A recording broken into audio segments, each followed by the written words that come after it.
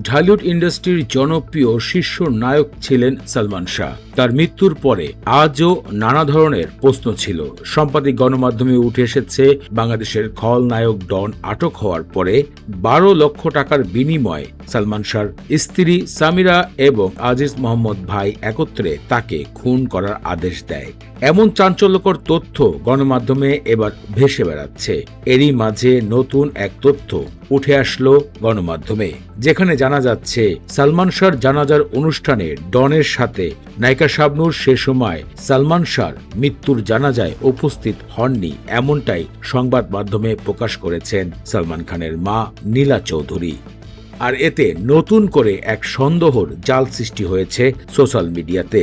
অনেকেই বলছে খলনায়ক ডনের স্বীকারোক্তি ছিল হরতালের কারণে তিনি জানাজায় উপস্থিত হতে পারেনি, কিন্তু সেদিন ছিল শুক্রবার।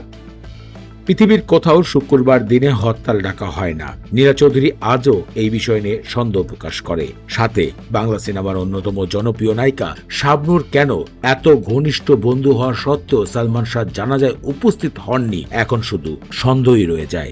দর্শক, আপনাদের কাছে বিষয়টি নিয়ে কি মনে হয়? মূল্যবান মতামত কমেন্ট করে জানাবেন।